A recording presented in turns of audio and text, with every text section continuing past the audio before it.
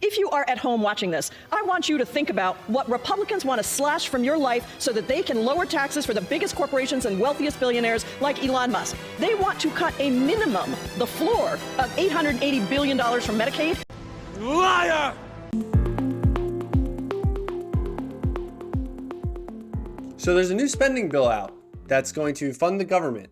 House Republicans already passed it with one vote from a Democrat, no's to everyone else, and one no from a Republican, which, if you're watching this video, probably would be no surprise. It should go to the Senate, probably pass, and then it will go to President Trump's desk. Now, to the surprise of probably no one watching this, the Democrats are lying about the bill, lying about funding being cut from Medicaid, Medicare, Social Security, the thing they've been doing for weeks on end, because this is the Democrat playbook. Let's make Republicans look bad by saying we're going to take away all these social services. They do it anytime a Republican is president. And this is no different here. So we're going to jump into all that, them lying. We're going to talk a little bit about the bill. I have the bill on my computer. It's accessible to anyone that has Google. So the fact that these people who vote on the bill are either lying or actually don't know what's in it, baffling. Before we jump in, make sure you like, subscribe to the channel, comment down below what you think of this at the end of the video. Subscribe to my other channels right here, on my other social medias, and let's just get into it. So the Hill right here. House Republicans passed bill to avert government shutdown. This was yesterday. Now, the one yes was from someone named Jared Golden. I don't know who he is. Seems kind of young. Maybe he's newer. The one no Republican was Thomas Massie, which Thomas Massie pretty much votes no to any kind of bill that involves government spending. So that's not really a surprise. He's a huge libertarian. Rand Paul's probably going to vote no on this when it goes to the Senate. I mean, people are giving him hate for it, including Trump. But I think realistically, if we want to cut government spending, we need more people like Thomas Massie in there. So I don't think you should just flat out hate on him. Yeah, it's a little annoying. It makes things a little harder. But I don't think he should get the hate he's getting. So naturally, like I said at the beginning of this video, liberals are lying about what's actually in the bill. So let's see a few of the things they're saying. So this is Elizabeth Warren posting a Rolling Stone article with Elon Musk on it, saying the richest man in the world is coming after people's retirement health care. Not true. Will Donald Trump and Republicans in Congress speak up? Their silence is alarming. And then it shows this Rolling Stone article right here. Elon Musk teases big cuts to Social Security, Medicaid, and Medicare. The world's richest man claims without evidence that there's $700 billion in waste and fraud he can cut. So she is acting like he's just going to cut everything, but he's making it clear it's waste and fraud, which you're telling me we're spending trillions of dollars or something every single year and there's not $1 being wasted, not $1 being stolen from? Come on, be realistic. There's Chuck Schumer right here saying Elon Musk confirmed it. Republicans are getting ready to gut Social Security and Medicare. Republicans know that the math on their billionaire tax cuts won't work without going after benefits that working Americans have earned. Democrats will fight for you. Yeah, okay. And then he showed this video that's pretty much taken out of context. I'll play it for you so you hear it. We get the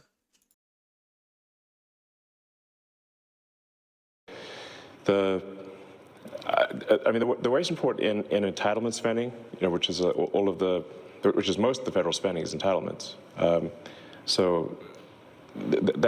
That's like the big one to eliminate, because that's the sort of $500 billion, maybe $700 billion.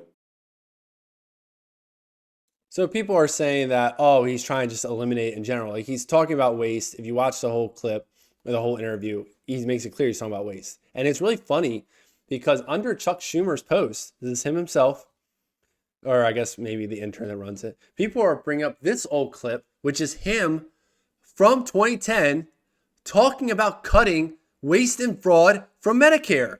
Let's take a watch. It's interesting. About a third of all of the spending that's done in Medicare, Medicaid, I would imagine a lot of it's in the private sector as well, doesn't go to really good health care, goes to other things. And the real nub of this is, how do we wring that waste out, that fraud, abuse, duplication, without interfering with the good care that we want every person on Medicare, Medicaid, and private? But wait, I thought there was no waste and fraud. I thought the whole system was perfect.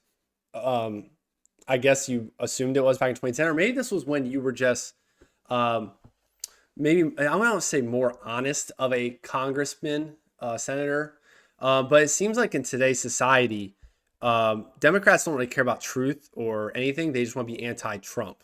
So it seems like you're just more anti-Trump now, to the point where you're going to act like this system that pays out trillions of dollars is just perfect, which is insane to even think about. We have the left has been propping up a lot lately. Congressman Jasmine Crockett. And she has to say, House GOP is risking the well-being of 80 million Americans who receive health care through Medicaid and the Children's Health Insurance Program. In my district, 129,000 people on Medicaid are at risk of losing their health care under Republican budget plans. This includes 96,000 children under the age of 19. Before I get into this, when did we consider 19-year-olds children or 18-year-olds? I see a lot of this when they talk about different things. Liberals will be like, oh, the data shows for children 19 and under. When did 18 and 19-year-olds become children? Yeah, so, well, all lies, of course. Eric Swalwell, there are 104,000 Social Security recipients in his district in California who rely on 200 million monthly benefits. That's a lot of money. And House Republicans want to gut it. They don't. And the woman who beats the stock market every single year, Nancy Pelosi, with our first budget enacted 4 years ago today, Democrats expanded access to health care coverage for millions of Americans. With their first budget, Republicans are plotting to rip away Medicaid from millions of Americans and give tax breaks to billionaire donors.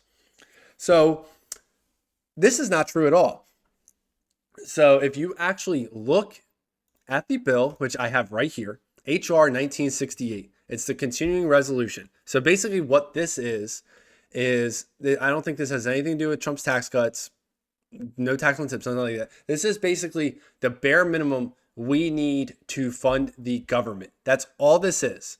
So it's just bare minimum, police, firefighters, hospitals, the congressmen's salaries, regardless how ridiculous it is, Medicaid, Medicare, Social Security, all this stuff that needs to be funded.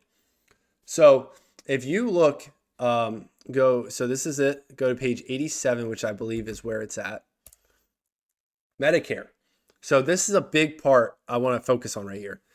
So it says Social Security Act, blah, blah, blah. So basically, it's all staying the same as the spending bill that Biden signed in October, or I guess September, that all the Democrats voted for and said that if we shut down the government, it's dangerous. These Republicans are evil. So look right here. It says, by striking during the portion of fiscal year 2025, beginning on April 1st and ending. So basically what it's saying is rewording it. It's all the same. We're just changing the wording. So right here, by striking 2024 in the portion of fiscal year 2025, beginning August 1st and ending March 25th, and inserting 2025. So basically, this will end October 1st. Or September 30th, depending on which one it is. Seems like there's different dates for some reason. But if you look at it, striking, like it's literally striking. This is literally everything to do with Medicare, Social Security, Medicaid. It's all the same as in the spending bill in September that Democrats passed, that Joe Biden signed, all the same money spent. And they're trying to tell you it's being cut. It's not. It's all there. Now, one thing, it's actually, when you're talking about wasteful spending, it's kind of disappointing. It's pretty much the same government bill you would always ever see. It's a little disappointing from a conservative perspective, honestly. But I'm assuming they're going to look into more things by the time September comes around. Maybe more cuts will be happening because we need to cut stuff. But one thing that I have noticed with this bill versus past bills by Democrats is if you look up here, it might be a little hard to see on your screen, up here at the top, it says 87 out of 99. So this bill is only 99 pages long. Bare minimum, no earmarks, just everything needed just to fund the government. Okay? Bare minimum. That's what it should be. Now, if you look at, this was 2022 when the Democrats passed theirs, when they had Democrat Congress, Democrat Senate, and a Democrat president. Okay? Full control. So basically the reverse of what's happening now. This is their bill. 1,068 pages. Consolidated appropriations for fiscal year ending in 2022. starting March 2022. Same time frame. Their bill's 1,068 pages. The conservative one's 99. Think of all the stuff that's probably in here that doesn't need to be in here, because they just need to spend money. They need to put these little earmarks in there. They need to put all these little things that don't need to be in there because they just love spending money. So they're probably mad about that. Probably mad they can't sneak in their little things for their own districts. So yeah, so that they're basically lying, as you know, we all know they like to do that a lot. So if you, what I've been doing to kind of like troll people that say this, I either ask them on X, like, where does it say this in the bill? And usually no one can respond. Or I'll actually post the bill and say, hey, it's right here. There is nothing you're saying that's in this bill. You're just flat out lying to people. And I have it posted, let's see, right here. Here's the full continuing resolution. Bill Democrats are opposing, only 99 pages, no cuts. Trying to get this to everyone. So if you want to go on my X page, share this, or if you want to click it, I have the link right here. I'll put a link to the bill in the description here too. So if you guys want to look at it yourselves, you can, if you want to fact check me, you can try to fact check me. Go ahead. I'm open to being wrong. Now, another thing I wanted to talk about here too is because the Democrats like to lie, right? We're very aware of that. A big thing they've been pushing lately is lies about the Department of Education. So Trump does want to get rid of the Department of Education. They're all calling it, oh, see, they lied to you. We told you, Project 2025. Trump ran on shutting down the Department of Education. Ronald Reagan wanted to do the same. I think George Bush Sr. wanted to. I think George Bush Jr. actually expanded it for whatever reason. But this has been a big talking point because basically the point of the Department of Education is provide extra funding to schools, and there's a couple other programs too. But it hasn't improved education at all. Our students have actually gotten dumber over the years. And people act like before the Department of Education existed, that like nobody went to school. Like there's like people on X saying public schools are all going to shut down if the Department of Education shuts down. That's not how that works. It's like, I think 90% funded by the state and then 10% funded by the federal government. So we're trying to get rid of that 10%. Okay, that's not that serious. And one thing too is I think schools in general just waste a lot of money. Like in Maryland, I'm from Maryland. I live in Maryland. Baltimore spends an average on like $25,000 per student, which is really high. I know it's not as high as like Jersey and stuff. That's high for Maryland. And they have an average GPA of like 0.5. So why are we spending all that money? It's such a waste. So one lie here that Mr. Senator Kim, who probably sends his kids to private school, not sure. He put this little video talking about Pell Grants in Department of Education. What's your reaction to what's happening in the education department? Oh, I think it's a tragedy. I mean, I got a 7-year-old and 9-year-old, got a second grader and a fourth grader. You know, I'm a parent of young kids, and you know, just this effort to gut so much of what is necessary for us to be able to afford. You know, I was a Pell Grant kid when I was in college. So much challenges that people are facing right now. I think this is absolutely the wrong move, and something that I know a lot of parents are panicked about. We've been getting a lot of phone calls. Okay, so I don't know if he was implying this, but for one, his kids would never qualify for a Pell Grant. You need to, what people don't understand is to qualify for a full Pell Grant, which I think is like $6,000 a semester. You need to be like dirt poor, like poverty poor. Like both your parents need to be like unemployed. Like you need, and in today's society, I know there's poor families out there, but to qualify for a full Pell Grant, unless you have like 8 siblings, and then you're poor too. But you need a lot to actually qualify for a full Pell Grant. And one thing that he's not telling you is that Pell Grants started before the Department of Education was even funded. Pell Grants would still exist if they got rid of the Department of Education. It was its own standalone thing. It would just go back to being its own standalone thing. So Grok says right here, Pell Grants, a form of federal financial aid for college students, were established in 1972. They were originally called the Basic Educational Opportunity Grants, or BEOGs, and were created under Title IX of the Higher Education Act of 1965. So originally created in 1965, as amended by the Educational Amendments of 1972. The program was renamed to 1980 to honor Senator Claiborne Pell of Rhode Island, who was a key advocate for the initiative. So 1972. When did the Department of Education start? The United States Department of Education was established October 17th, 1979. So Pell Grants existed, 7 years beforehand? And they would still exist if the Department of Education would go away. This is its own thing, and it would stay its own thing. And it's really crazy that sitting senators like this one, who should know that, are spreading around this lie to people, because this is what they do. This is what Democrats do.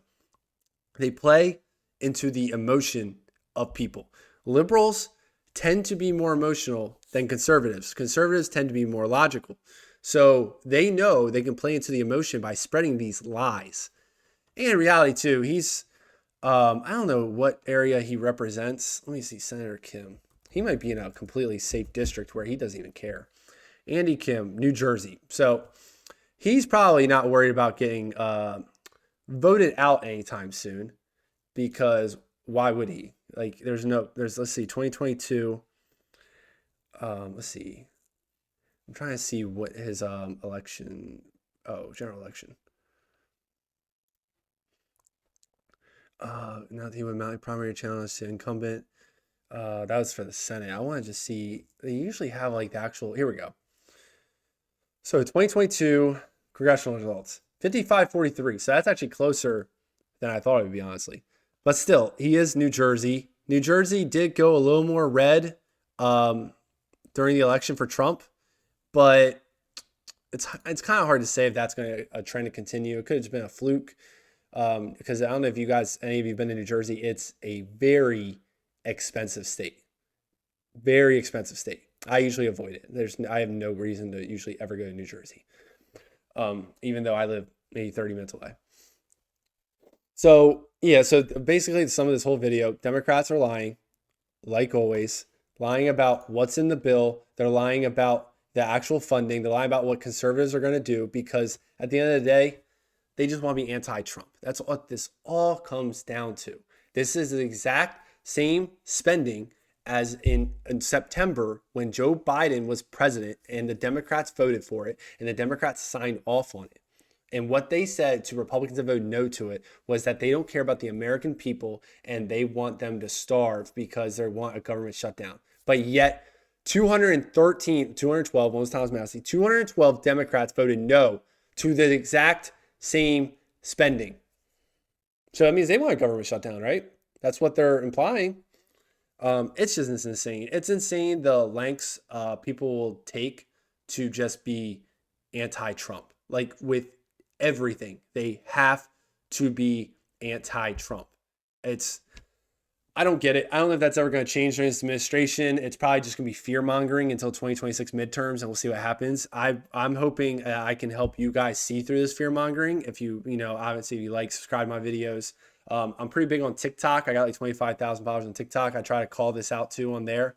The link to it's in the description if you want to follow me on there. I'm constantly trying to call this stuff out. So please give me a follow and you'll see more lies that the Democrats spread. That's pretty much it. Nothing crazy this funding. Obviously, a lot of us probably would have wanted more cut, but hopefully in September it gives Trump, everyone time to look through what needs to be spent, what needs to be cut, and it'll look better going forward, because we had $37 trillion in debt and something absolutely needs to be done about that, because the way we're going right now, we can't go forever. So thank you guys for watching. Like, subscribe down below, comment. I'll see you next time.